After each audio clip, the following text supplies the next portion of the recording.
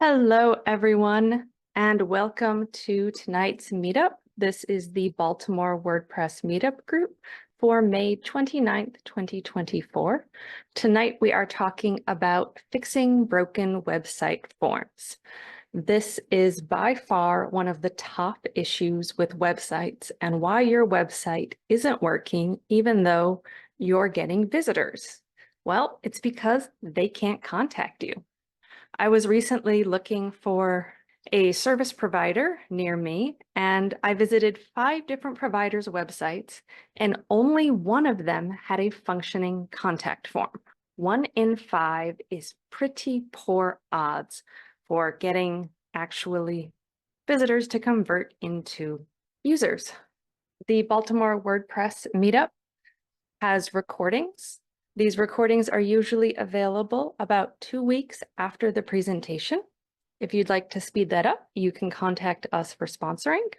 Links that are included in the Zoom chat, and you should go ahead and find your Zoom chats. Those links will be available at the very end of the recording. So if you missed some, you can fast forward to the end, and at the end of the recording, we'll have the links. This is an informational meetup.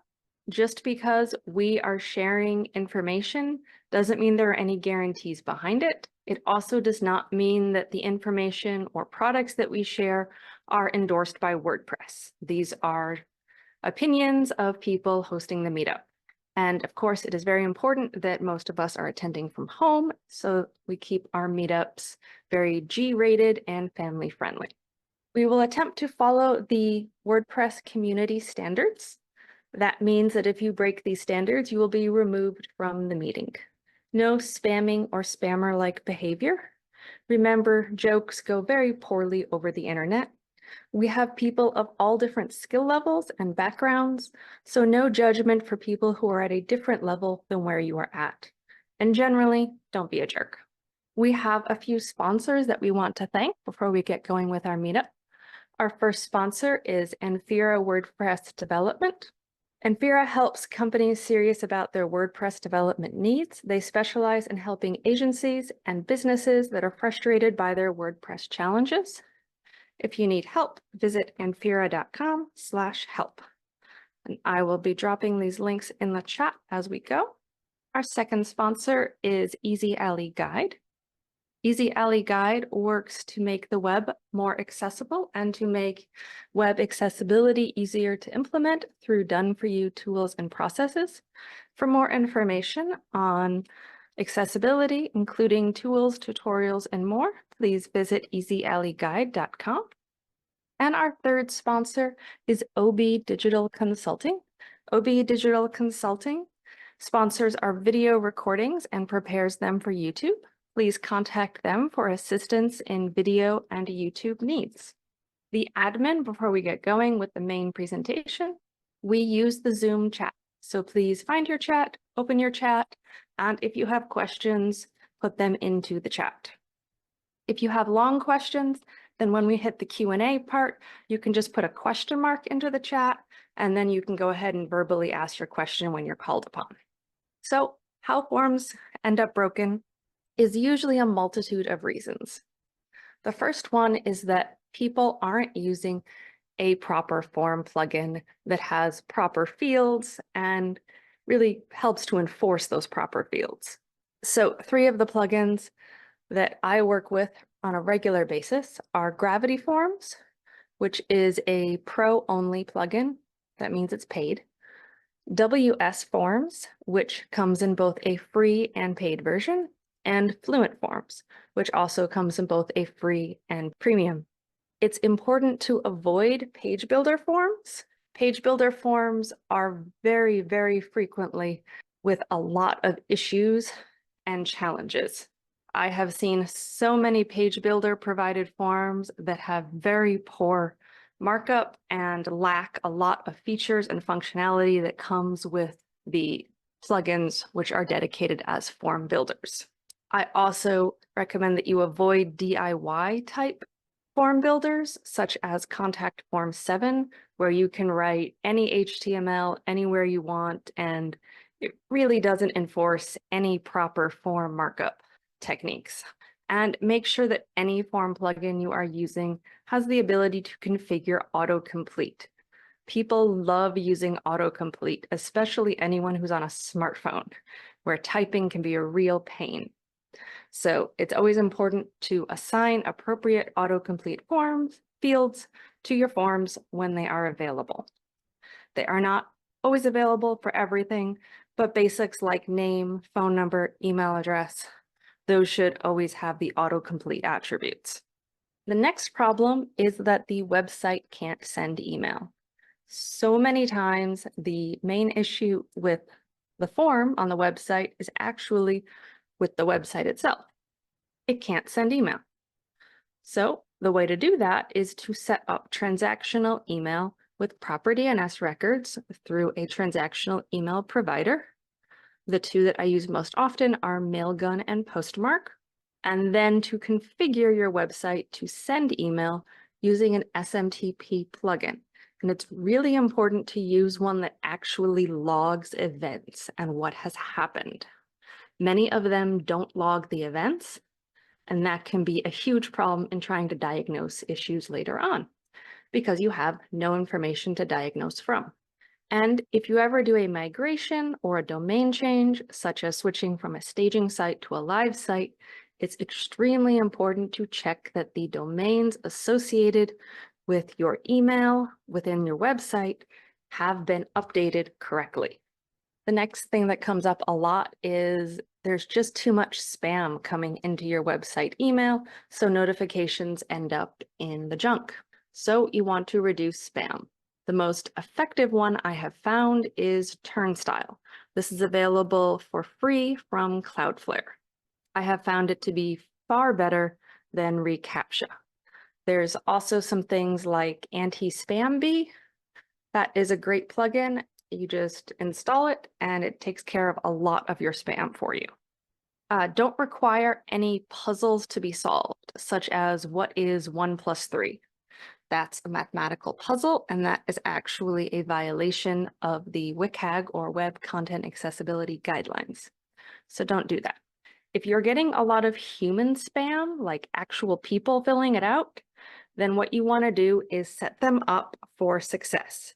Give them a success path that is unique for spammers, and then it will allow them to complete it, and you can actually run a filter on what gets emailed to you and what doesn't.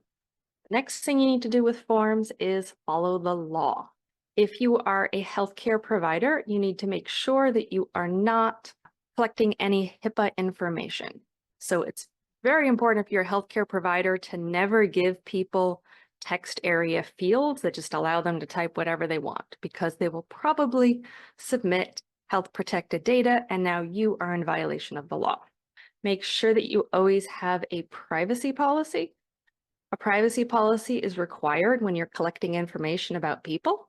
There are several US state laws, Canadian laws, European laws. There's a whole lot of laws all over the world. Every January, I do a meetup on privacy policies, what the laws are, what's required. So you can check our YouTube channel for that information. But it's also required by Google's terms of service if you're using Google Analytics, and many other analytics or heat map type providers also require that you disclose information about them in your terms of service or privacy policy. And of course, it's always important to make required fields clear. This is again a WCAG requirement or Web Content Accessibility Guidelines requirement. And speaking of making things clear, it's important that your errors are readable. I can't tell you how many times I have gone to complete a form and the error messages are something like navy blue on a black background. I can't read them. And if I can't read the error message, I can't possibly correct the error. So it's important to not only have easily legible errors, but to also have errors that communicate clearly to a user how to fix the issue.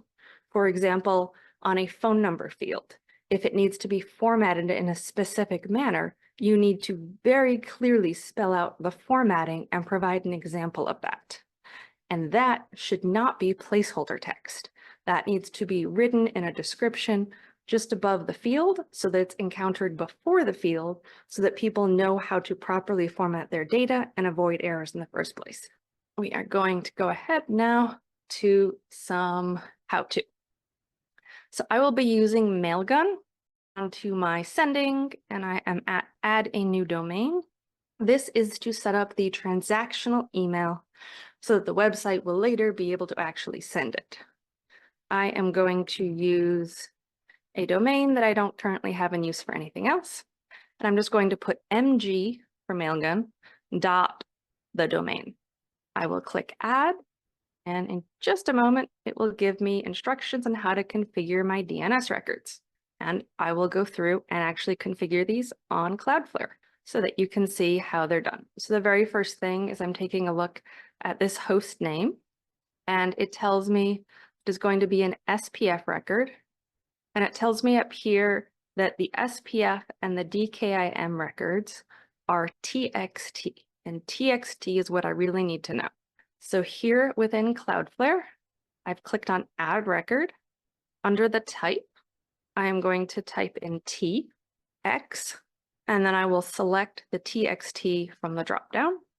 In the name field, I'm going to paste the record, but I don't need the part with the actual domain name. So it'll just be MG. Now I come over here and there's this value field. So I copy that. I paste this into the content area.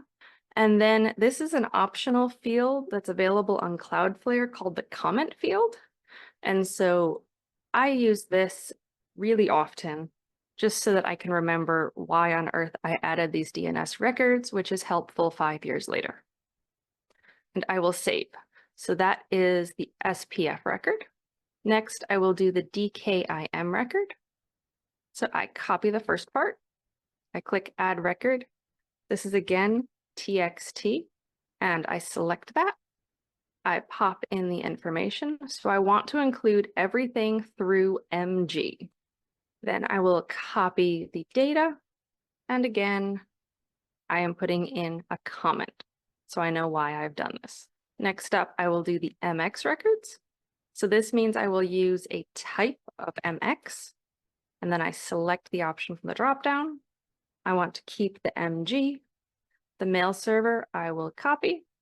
And finally, the priority is 10. So I will just type that in. And again, I've added the comment. I will add the second MX record. I'm going to go slightly faster on this one because we got the idea from the previous one. The main difference here is just that it's MXB, so it's the second entry, and the priority is also 10. And then I will add the final record here, which is a CNAME. So I will copy this. I will keep everything through MG. I will copy the value that it needs to be. I will leave the proxy on. It doesn't matter much for this record. It'll validate either way with Cloudflare. I know that for some records, Cloudflare doesn't always validate when the proxy is on, but I haven't had any issues with Mailgun. And I have saved those. So all of those records have been added. I'll scroll to the top, and there's a Verify DNS Settings button. And what'll happen is usually the first few will start to populate. Cloudflare normally gets these DNS records in within about 5 minutes. So you can see some of my records have populated, just one hasn't, and now it is available as well. So now all of them are in. I will hop over on the left sidebar of the Mailgun. Under Send, under Sending, there is Domain Settings. And here on Domain Settings, there are 3 tabs on this page. And the third tab is Sending API Keys. And here I'm going to add a sending key. And this is just a quick name. I'm going to call it Demo because after this, I'll be deleting this key. And this will give me my API key. Now, this API key is specific to this domain. I can't use it with other domains. So now on my WordPress site, I am going to add Fluent SMTP. And I will install this plugin. I will activate this plugin. Then I will click on plugins because one of the versions stop refreshing the page. Under settings on the left-hand side, I will go to Fluent SMTP and I will select Mailgun as my service. From here, I will go ahead and configure an email address. I normally just go with Postmaster. I will use the subdomain that I have set up. I will enter whatever from name I want. Normally, I will go ahead and just mark the force sender name. It's a personal preference, but it makes it easier for me to always enforce that the from is the same. Then I will put in this API key. And finally, I will put in the domain name. And sometimes I misclick. I will re-enter the fields. Then I will save connection settings. And from here, I can do an email test. And I'll select the sender that I already configured. Now, most of the time, this will go through on the first try, but sometimes I have to try it and then come back in about 5 to 10 minutes because it hasn't fully verified. But that's fine because it's just a one-time setup thing, and in a few minutes it'll work. So now I'm going to go ahead and look at the front end. I've put 2 forms from 2 different form builders into this so that you can kind of get a look for what different types of forms look like. The first one here is Gravity Forms, and this one is showing, I think the first one's Gravity Forms.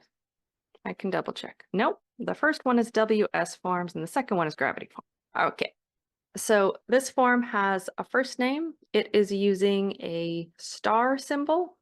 So it is red, which is helpful for people who have standard color vision or full color vision, but it is a distinctive icon and an extremely common icon, whereas non-required fields do not have it. It's important to distinguish what fields are required.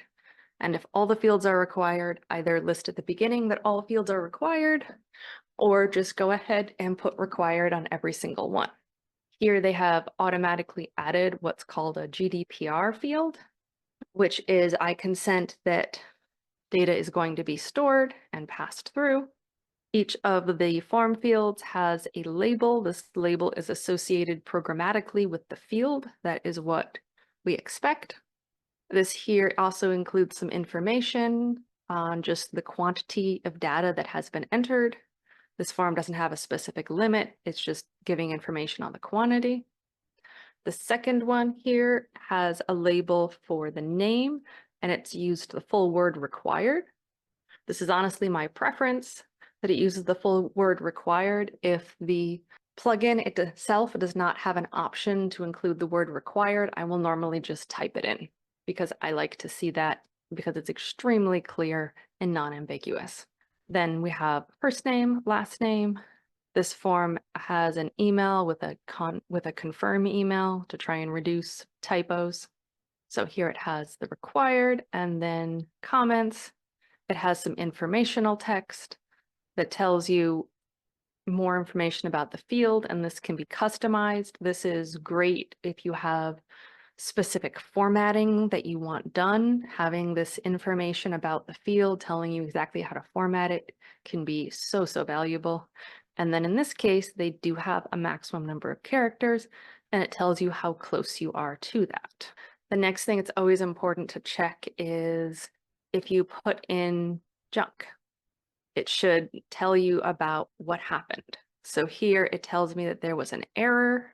We need to know your name, and it requires you to complete first and last, and it requires a valid email address. So I'm not really sure if I would have included the content about birthday cake, but we do need to know that name, and it tells you that that has 2 parts to it, first and last. So those really help to complete everything. Hopefully at this point, the email test will now go through. I'm back on the WordPress site and I'm running the test email, and it told me that it got sent. Here I can see the logs. So we can see that the first one failed, but the second one sent. I can also view the email.